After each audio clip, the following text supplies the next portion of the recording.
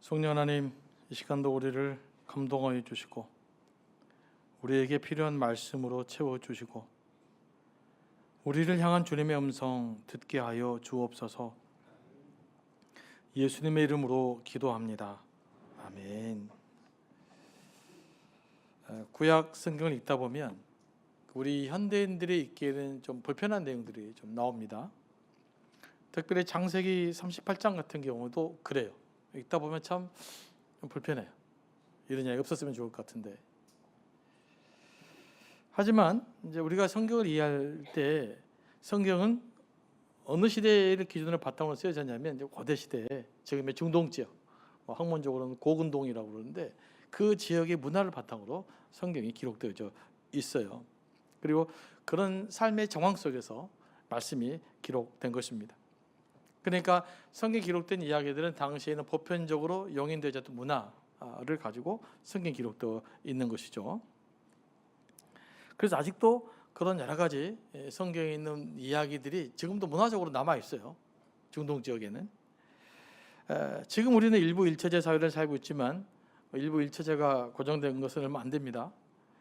고대 사회에서는 일부 다처제였고 또 모계 사회에서는 어떤 제도일까요? 일처 다부제입니다. 일처 다부제 문화도 아직 남아 있습니다. 티베트, 네팔, 그리고 아프리카 일부 부족에서는 아직도 일처 다부제가 현실적으로 남아 있어요. 그래서 어떤 제도를 함부로 지금의 눈으로 현대적 눈으로 평가해 버리면 그 성경이 가지고 있는 진리를 우리가 놓칠 수가 있어요. 그래서 이런 구약을 읽을 때 우리와 다른 어떤 문화적인 또 도덕적 배경 같은 경우는 그 당시의 문화를 기준으로 살펴볼 필요가 있다라는 것을 유념하셔야 됩니다. 그러지 않으면 구약을 읽거나 또 할 때 여러분들 헷갈릴 수가 있어요. 보편적 수용된 문화를 오늘의 시각으로 보기 때문에 그런 거죠. 1절 말씀을 보면 유다가 형제들을 떠나 아둘람 사람 히라와 가까이 지냈습니다. 유다는 왜 형제들을 떠나 아둘람 사람 히라와 가까이 지낸 것일까요? 형제들을 떠났다라는 말은 형제들과 함께 지낼 수 없는 어떤 사정이 있었다는 말입니다. 그 사정은 오늘 본문에 기록되어 있지 않습니다. 유다가 형제들을 떠난 이유는 분명하지 않습니다만은 아마도 요셉을 판 이후에 어떤 변화가 형제들 사이에 있었던 것만큼은 분명합니다. 유다는 아둘람 사람 히라와 가까이 살면서 가나안 사람 수아를 알게 되었고 그의 딸과 결혼합니다. 그리고 세 아들을 낳았는데 첫째는 에리고 둘째는 오난이고 셋째는 셀라입니다. 유다는 첫째 아들의 신부감으로 다말을 데리고 와서 결혼을 시켰습니다. 그런데 여기서부터 이제 비극이 시작이 됩니다. 유다는 루벤을 대신해서 형제들의 그 리더 역할을 했던 인물이에요. 루벤이 아브라함 후처를 범하는 바람에 장자권으로부터 탈락이 되죠. 그 실질적 실은 장자의 명분은 유다가 가졌다고 볼 수가 있어요. 아브라함과 이삭과 야곱을 이어갈 유다는 가나안 여인과 결혼하면 안 되는 거죠. 이것은 하나님의 약속에 대한 단절을 의미하기 때문에 그래요. 그래서 가능하면 가나안 여인과는 결혼을 안 시키려고 했겠죠. 또 가나안 여인들과 결혼하게 되면 가나안의 우상을 들여와야 되는 문제가 생기기 때문에 그래요. 유다가 형제들을 떠났다. 그리고 가나안 여인과 결혼했다는 것은 그가 잘못된 길을 갔다는 것을 의미합니다. 그리고 창세기 38절 끝까지 읽으면 그것이 확인이 되죠. 유다가 가나안 여인과 결혼하는 과정에 대한 묘사는 하나님의 백성이 타락하는 전형을 보여줘요. 성경에 기록된 하나님의 백성이 타락하는 과정이죠. 2절 말씀 보면 유다는 가나안 여인을 보고 데리고 가서 동침합니다. 이런 유다 행동은 마치 노아 시대에 하나님의 아들들이 사람의 딸들을 보고 한 행동과 같아요. 에서도 이와 같이 행동을 했죠. 유다는 자기 눈에 보이는 대로 자기 마음에 원하는 바에 따라서 행동했습니다. 성경이 이것을 죄라고 그럽니다. 현대 문화는 내가 원하는 대로 살아라 그러지만 성경은 내가 원하는 대로 내 눈에 보이는 대로 행동하는 것을 죄라고 그래요. 유다는 눈에 보이는 여인에게 매력을 끌려서 하나님의 약속과 멀어지는 선택을 했습니다. 이것은 유다만의 문제가 아닙니다. 우리 문제이기도 해요. 우리는 주로 눈에 보이는 것이 끌려서 죄를 짓습니다. 대부분 그래요.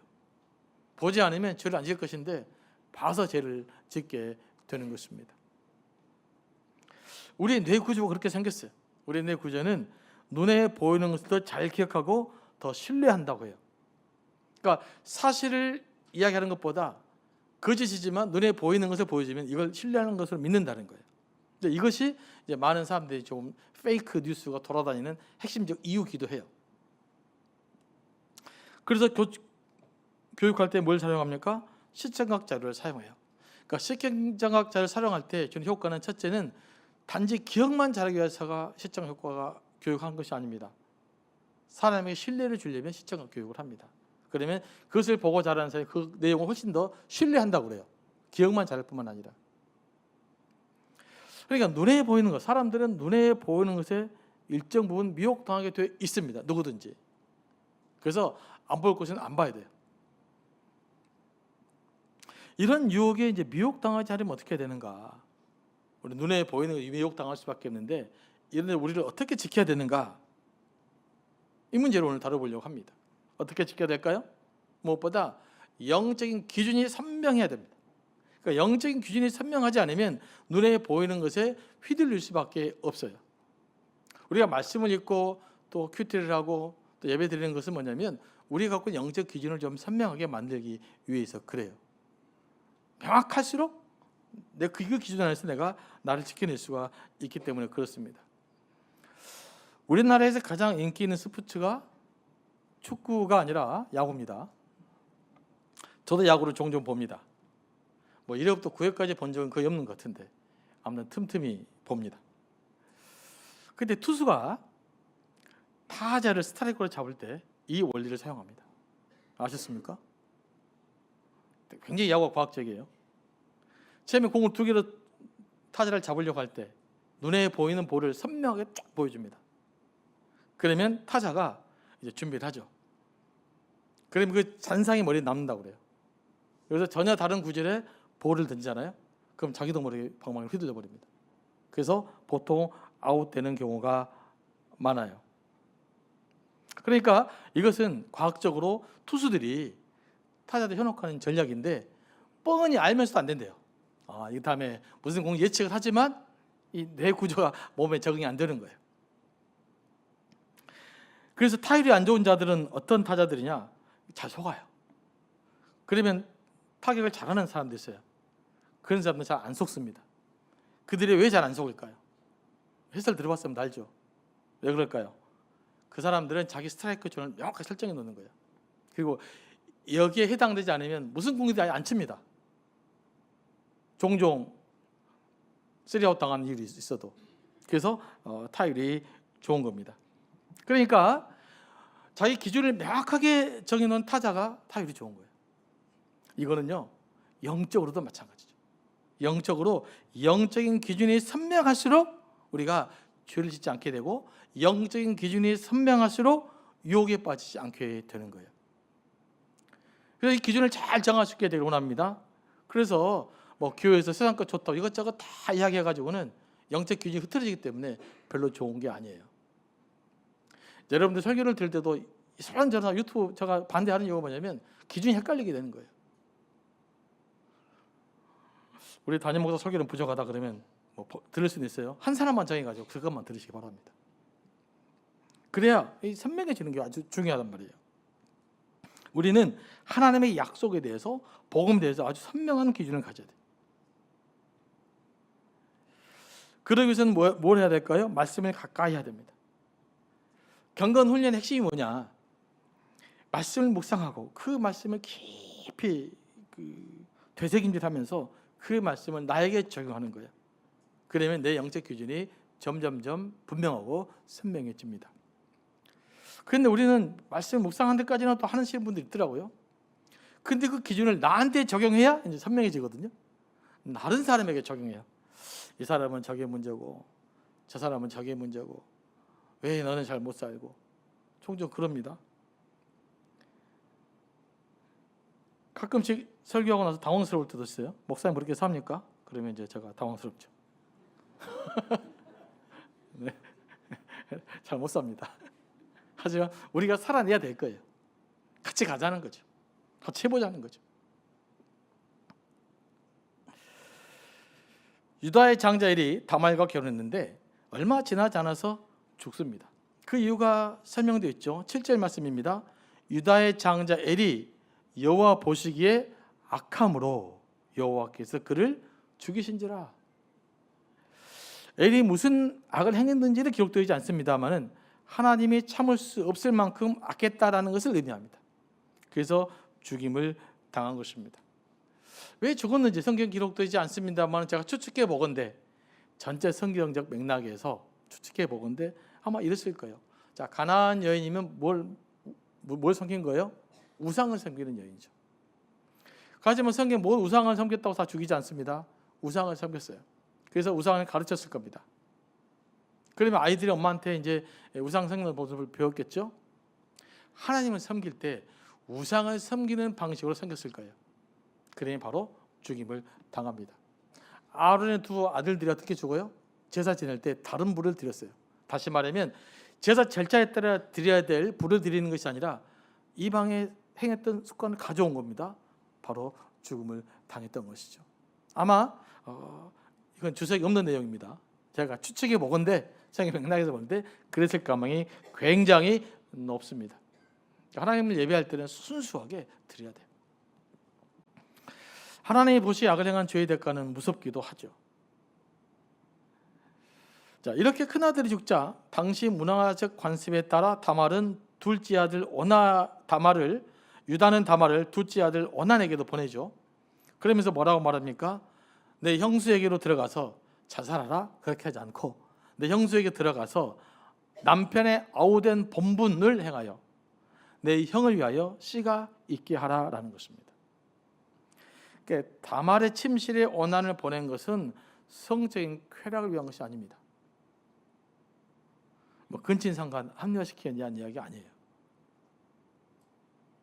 형의 상속권을 보존해 주기 위한 거예요. 그리고 그 아들을 통해 다말의 신분을 보호하기 위한 것입니다.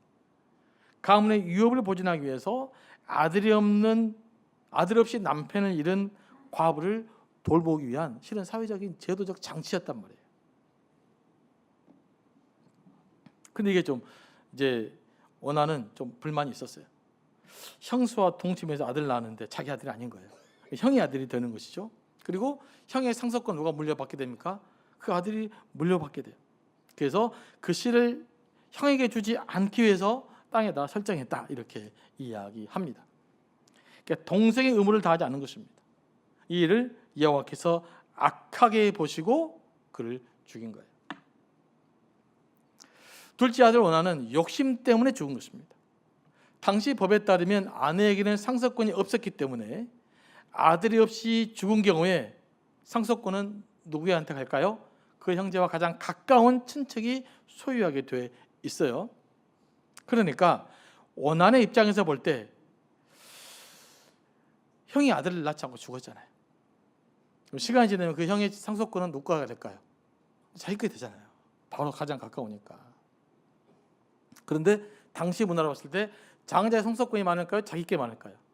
자기보다 요즘 말로 파이 훨씬 커요. 그런데 가만히 있으면 내 것인데 갑자기 아버지가 들이닥쳐가지고 너 형수한테 씨를 줘가지고 그 아들한테 이 상속권을 물려주게 하라. 이게 기분이 나빴던 거죠. 그래서 다른 짓을 한 겁니다. 그러니까 다말이 아들을 낳도록 의무를 다하지 않은 거예요. 이런 욕심 때문에 하나님은 그 오난의 행위를 악하게 보았고 그래서 죽음의 심판을 내린 것입니다. 당시 여성들의 권리는 요즘도 그렇잖아요. 권리가 없어요. 그러니까 이 아무런 권리가 없는 여인이 권리를 가질 수 있는 것은 딱 한 가지밖에 없어요. 뭘까요? 아들의 권리를 입는 거죠. 그래서 아들이 뭔가 이렇게 어떤 위치를 갖고 있는 그 위치가 자기가 된 거예요. 그러니까 우리나라 그 조선사 야사 보면 엄청난 싸움도 일어난 거잖아요. 다 아들 낳자고 한 싸움이잖아요. 그냥 아들이 잘 되면 그 아들의 권리가 내 것이 되기 때문에 여성들은 당시에는 아들에게 집착을 했던 것이죠. 그런데 이런 배려를 하지 않은 것입니다. 우리가 적극적으로 죄를 짓는 것도 죄지만요, 해야 할 일을 하지 않는 것도 죄입니다. 상대방에게 의무를 다하지 않는 것도 죄예요. 제가 어떤 칼럼에서 봤는데 로베로 장군이라는 영화가 있었다고 그래요. 저는 보지 못했습니다만은 거기에 대한 한 장면입니다. 그 나치 정권에 대항한 레지스탕스들이, 프랑스의 저항군이었죠, 무참히 처형을 당합니다. 그 과정 속에서 그 레지스탕스 운동에 한 번도 참가한 일이 없는 사람이 이제 실수로 잡혀갔어요. 그리고 한 사람씩 죽기 시작했죠. 그래서 이제 이 사람이 볼 때 자기 너무 억울한 거예요. 아니, 다른 사람들은 레지스탕스 운동을 했으니까 잡혀 죽어도 되지만 자기는 그런 일이 없거든요. 그래서 이 사람이 이제 변론을 합니다. 억울함을 호소합니다. 나는 아무것도 하지 않았습니다. 나는 저항운동에 참여한 적도 없고 관심도 없습니다. 그런데 왜 내가 저들과 함께 죽어야 됩니까? 라고 호소를 합니다. 그때 옆에 있는 레지스탕스 대원이 그를 향해 말합니다. 당신이 아무것도 하지 않았다는 것, 그것이 바로 당신의 죄요. 그러므로 당신은 죽어야 마땅합니다라고 말합니다. 전쟁이 5년 동안이나 지속되었고 수많은 젊은이들이 죽어갔으며 도시가 다 파괴되었습니다. 조국과 민족이 풍전등화 위기에 놓여 있는데 도대체 왜 당신은 아무것도 하지 않았단 말입니까?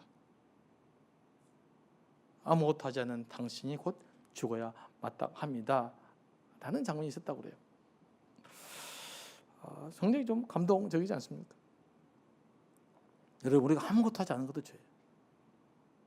성경은 선을 행할 줄 알고 행하지 않는 것이 죄라고 말합니다.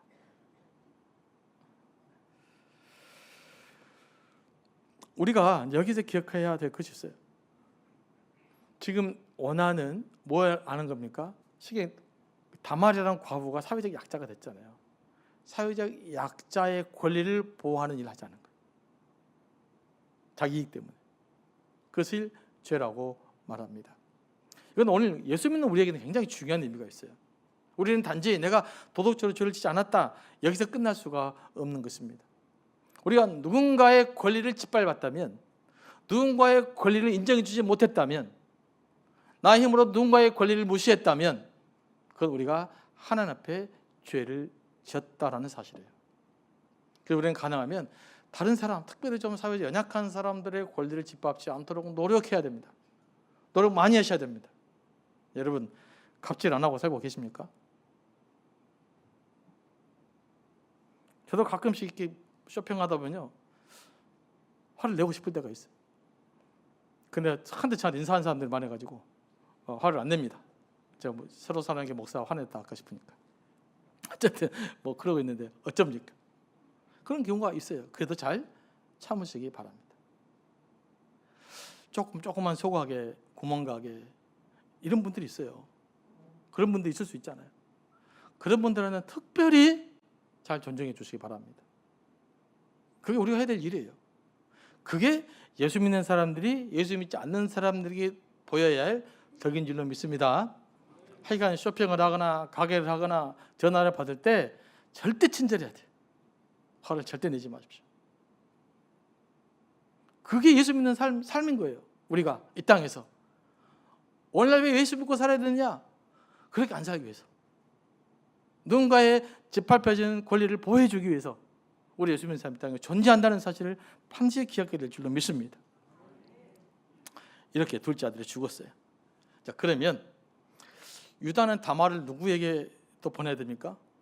셋째 아들 셀라에게 보내야 되는데 이번에 유다가 두려운 거예요. 다말 때문에 셋째도 죽을까 봐서.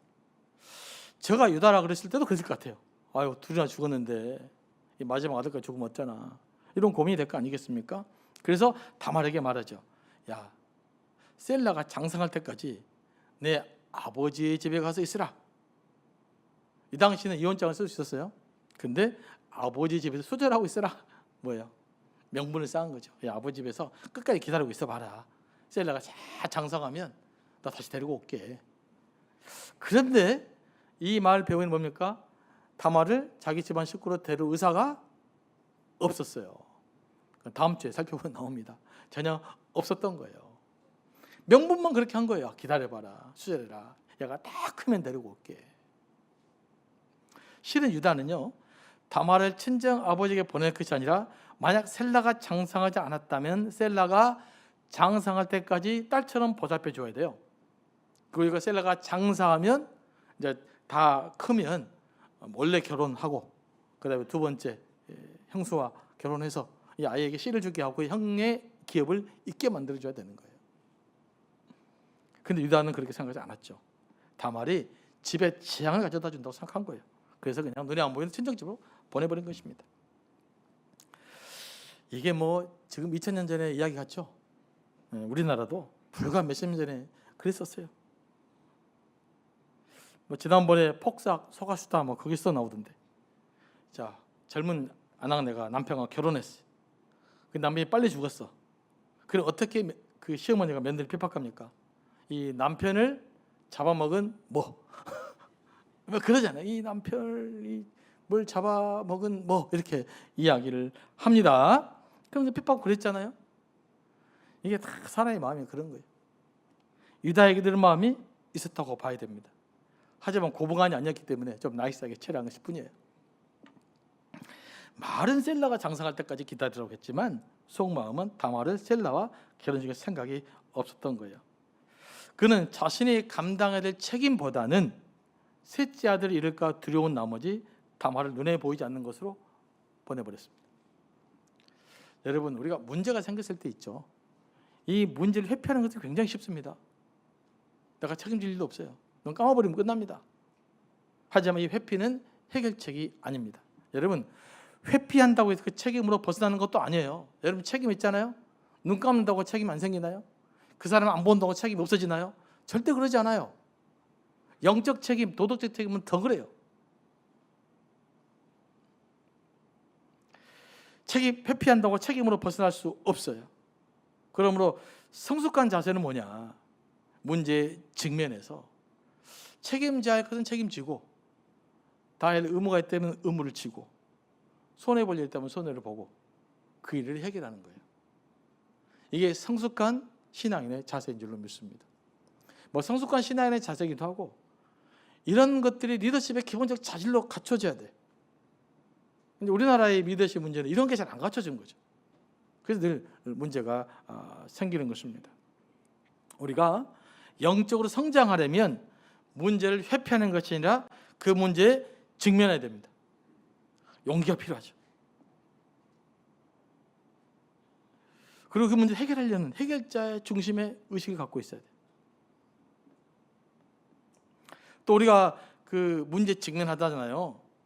해결하려고 하잖아요. 그러면 우리에게 여러 가지 문제가 생깁니다. 또 눈 감으면 해결될 문제가 직면하면 두려움도 생기고 장애물도 생기고 그래요.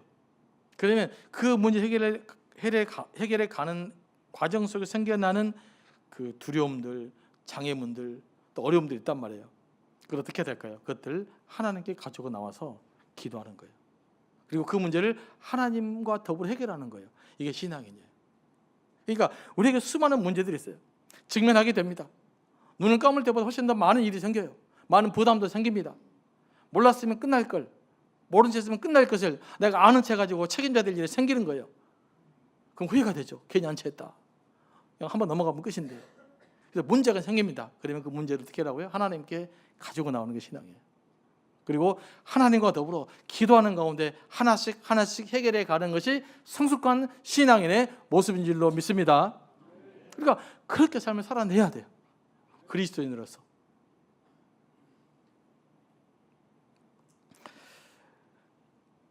그런데 유다는 이런 일을 하지 않고 쉬운 해결책을 찾아 다말을 눈에 안 보이는 곳으로 속 보내버린 거예요. 이것은 마치 쓰레기를 카펫 밑에다 쓸어둔 것 같다고 해요. 자, 오늘 무슨 뭐 영어책 읽다가 발견한 구절인데 참 은혜가 됐어요. 자, 쓰레기를 잘 쓸어요. 쓸어갖고 버려야 되잖아요. 귀찮으니까 딱 놓고 위에다 깨끗한 카펫을 딱 깔아버렸어요. 그럼 쓰레기 눈에 안 보이죠. 근데 그 쓰레기가 없어졌습니까? 카펫만 둘치면 쓰레기가 있는 거예요. 카페만 돌치면 있는 쓰레기는 그대로 남아 있는 거예요. 해결되지 않는 채 말이죠. 근데 우리는 그런 짓을 많이 한단 말이에요. 눈에 안 보이면 되는 것처럼, 눈 감아버리면 되는 것처럼. 그러지 않습니다. 겉으로는 해결된 것 같지만 속은 해결되지 않는 채로 있는 거란 말이에요. 그래서 우리가 어떤 문제가 생겼을 때는요, 그것을 회피하지 말고 그것을 용기 있게 직면하시고 하나의 말씀을 붙드시고 하나씩 해결해 가시기 바랍니다. 이게 우리가 해야 될 일이에요. 원래 예수 믿는 사람이 성숙하다는 것이 뭐냐, 막 도덕적 이야기 막 나열하는 것이 아닙니다. 그런 문제 하나씩 해결하는 모습이 성장하는 모습이잖아요. 그게 성숙이잖아요. 뭐가 성숙이에요? 그냥 좋은 말 하면 되나요? 그냥 사랑한다, 그냥 용납한다, 용서한다 그러면 끝난 건가요? 그러지 않아요. 그 밑에 깔려있는 진짜 문제를 직면하고 그걸 해결할 수 있어야 되는 것입니다. 그래서 앞으로 여러분은 기도할 때 주님 용기를 내어서 문제들 회피하지 않도록 인도하시고 직면해서 해결할 수 있는 지혜와 능력을 달라고 기도해야 되는 거예요. 유다가 형제들 따는 선택은 비극적 결말을 가져왔습니다. 두 아들이 죽은 것은 단순히 두 아들의 잘못만이 아닙니다. 유다의 잘못된 선택에 대한 대가예요. 우리가 하나님을 따라 무엇을 선택하면 그 대가를 반드시 겪게 돼 있어요. 다윗이 바세바와 간음한 후에 아들을 낳았습니다. 그때 하나님은 그 아들의 목숨을 거두었죠. 이것은 다윗에 대한 하나님의 심판이었어요. 그래서 다윗은 눈물이 적시도록 울었습니다. 물론 유다의 두 아들의 죽음은 조금 다른 면이 있지만 큰 맥락에서 보면 유다의 아들 죽음 역시도 유다에 대한 심판이었던 것입니다. 아들을 죽이면 부모가 고통을 받죠. 우리가 타락하지 않으려면요, 어떻게 해야 되느냐, 우리 하나님 심판으로 면하기 위해서 어떻게 해야 되느냐, 반드시 신앙 공동체 안에 머물러 있어야 돼요.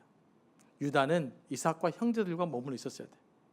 무슨 일이 있었어도, 힘든 일이 있었어도. 그래서 신앙 공동체 안에 끝까지 발을 붙이고 있었어야 된 겁니다. 그런데 그러지 않고 그냥 무언가 모르지만 기분 나빠서 떠나버린 거 아니에요. 그래서 결국 가나안 여행을 개인하고 결국 아들이 죽게 되는 그런 엄청난 비극적 사건들을 경험하게 됐던 것이죠. 교회를 다니다 보면요, 마음에 안 드는 부분이 많아요. 그러지 않습니까? 여러분 교회 뭐 마음에 안 드는 하나도 없다, 그런 분 없죠? 많아요. 야곱의 자녀들을 보면요, 형제들인데도 시기하고 분노하고 보복하는데 형제도 아닌 사람들이 모였는데 오죽하겠어요. 그렇다고 믿음의 공동체를 떠나면 어떻게 될까요? 나부터 무너지는 거예요. 제가 뭐 어떤 책이 있다 보면 이런 이야기 했더라고요. 교회는 어떤 곳이냐, 가장 함께하기 싫은 사람들과 함께 있어야 되는 곳이 교회랍니다. 뭐라고요? 교회가 어떤 곳이라고요? 가장 함께하기 싫은 사람들과도 함께 있어야 되는 곳. 이것이 교회라는 거예요. 이게 교회의 본성이라는 거예요. 그러니까 교회는 다 내 마음 같은 사람만 모일 수 없는 곳이에요. 가장 함께하기 싫은 사람, 그 사람들까지도 같이 가야 되는, 그 사람들까지도 함께 더불어 살아야 되는, 그 서로 용납하고 이해해야 되는, 이게 바로 교회 공동체의 본질이라는 것입니다. 그렇기 때문에 어떻게 돼요? 우리 성도들은 다 함께해야 될 사람이다, 이거 기본적 전제를 가지고 신앙생활을 해야 돼요. 여러 가지 마음에 맞는 것이 당연히 많다. 그럼에도 불구하고 신앙 공동체를 떠나면 안 된다라는 것입니다. 우리 교회를 찾아오는 새가족들에게 종종 듣는 말이에요. 신방을 하거나 뭐 이야기할 때가 있잖아요, 대부분. 그러면 이제 교회 갈등이 있어서 제가 교회를 떠났는데 처음에 영상 예배를 드리니까 그렇게 좋더랍니다. 보기 싫은 사람도 안 보고, 예배만 다 끝나고 자유롭고 아침에 1시간만 딱 집중하면 되고, 처음은 좋았는데 시간이 지나면서 어떤 생각이 드느냐, 영적으로 무기력해지다는 거예요. 내가 뭐 하는 거지 지금 이게? 그래서 다시 교회에 나가야겠다라고 생각하면서 오신 분들이 많아요. 뭐 저한테 이야기 하신 분이 앉아 계셔서 미안하긴 한데 네, 그래요. 그게 우리의 현실이라는 말입니다. 그런데 물고기가 물을 떠나면 죽은 것처럼 성도도 교회를 떠나면 영적으로 죽게 되어 있어요. 이 말을 오해하지 마시기입니다. 그럼 이 말은 한 번 다닌 교회 끝까지 다니란 말이냐? 이 말이 아니에요. 그럼 뼈를 묻으라는 말이냐? 이 말이 아니에요. 우리가 영적으로 바른 신앙생활을 하기 위해서는 반드시 신앙 공동체인 교회가 필요하다는 거예요. 뭐 떠날 수 있죠. 그죠? 문제가 생기면 떠날 수도 있습니다. 하지만 혼자 신앙생활은 안 된다라는 말이에요. 반드시 교회 안에서 신앙생활을 해야 되는 것입니다. 사실 저는 이런 이제 상담을 많이 받아요. 어떻게 하면 좋겠습니까? 또 제가 이렇게 또 사람 상담하는 이야기 소문 나가지고 다른 교회에서 전화가 와요. 이러이러한데 어떻게 하면 좋겠느냐? 제가 이야기합니다. 그럼 두 가지를 이야기하죠. 목사님 소리가 정 안 들리시면 그 목사님 제 친구인데 그냥 떠나십시오. 왜냐하면 그래야 당신이 삽니다. 그 다음에 다른 교회를 가려고 할 때 어떤 교회를 가야 됩니까? 그러면 저는 지금까지 어디 교회를 가십시오라고 추천한 적은 거의 없어요. 여러분 설교가 들린 대로 가세요 이야기합니다. 근데 말씀이 들려야 그 말씀이 내게 부딪혀야 신앙생활이라는 것이 가능해지기 때문에 그래요. 그래서 처음에 분위기 좋고 인사 잘하고 막 분위기 좋다고 찾지 마시고 여러분이 듣고 그 말씀에 공감할 수 있고 그 말씀에 찬성할 수 있고 그 말씀을 따를 수 있는 교회를 찾으시라고 제가 이사 가는 사람에게는 다 그렇게 권면합니다. 그러면 그분은 꼭 저에게 말해요. 그러니까 어디 교회요? 그래서 그런 이야기는 잘 안 합니다. 그건 찾아보세요. 네, 이제 우리나라는 사람들은 결론을 좋아하잖아요. 그래서 뭐요? 네, 그래서 여러분들 잘 찾아보시라고.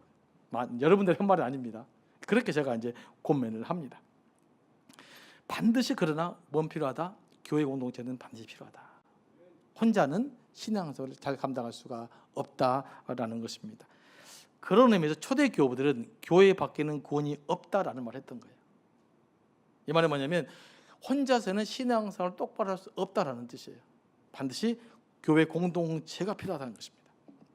그래서 신앙생활을 잘하려면요, 교회 안으로 들어와서 다른 성도들과 교제하고 봉사하고 삶을 나눠야 돼요. 그래야 신앙의 뿌리를 내릴 수가 있는 것입니다.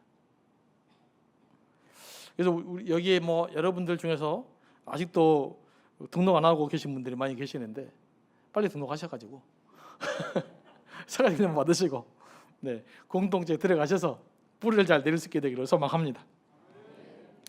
그러기 위해서 뭘 해야 되느냐? 지난주에 제가 말씀했지만 교회가 우리의 연약함을 나눌 수 있는 공동체가 되어야 되는 거예요. 내 실수가 용납될 수 있겠다라는, 내가 저분에게는 내 실수를 이야기해도 되겠다라고 하는 그런 공동체가 만들어져야 되는데, 그러기 위해서 두 가지가 꼭 해야 될 것이 뭐냐? 첫째, 절대로 다른 사람을 비판하면 안 돼요. 왜냐하면 누구라고요? 교회는 나랑 같이 참고 있기 싫은 사람과 함께 해야 되니까 절대 비판하면 안 돼. 왜냐하면 그러면 그 자기 연약함을 드러낼 수 없어요. 교회 안에서 막 위선을 쌓아야 돼. 막 거룩한 척 해야 되고요. 저도 홀리 보이스도 하고 막 눈도 감아가면서 막 손도 들고 막 이렇게 해야 돼. 그런 게 아니란 말이에요. 그죠? 그다음 두 번째, 어떤 공동체가 돼야 되느냐? 다른 사람 이야기를 잘 들어주는 곳이어야 돼요. 뭐라고요? 다른 사람 이야기를 잘 들어주는 경청 공동체라고 그러는데, 제가 이 이야기를 한번 하려고 그래요. 우리 이제 성경 공부를 하고 있긴 있습니다만은 잘 들어줘야 돼요. 우리는 내가 하고 싶은 이야기가 너무 많아요. 그래서 조금만 이야기 나오면 스톱 해갖고 막 끼어들어. 내가 말을 다 해. 그러면 상대방은요, 내가 할 말이 없어. 왜냐하면 할 말 해야 되는 집에도 가야 돼. 그다음 끝 갑니다.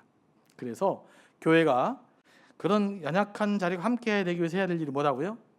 비판하지 말고 두 번째, 잘 들어주라. 근데 우리는 대부분 비판을 잘하고 잘 안 들어요. 반대죠. 이걸 바꿔야 돼. 그러면 우리가 교회 생활할 때 더 은혜롭게 감당할 수가 있는 것이죠. 여러분, 아무리 힘들고 어려워도요, 여러분의 믿음의 자리를 잘 지키시기 바랍니다. 지금 이 자리가 복의 자리를 믿고 인내하시고 기도하시기 바랍니다. 그러면 해결이 됩니다. 그래서 해결해 가시는 여러분들 될 수 있도록 소망합니다.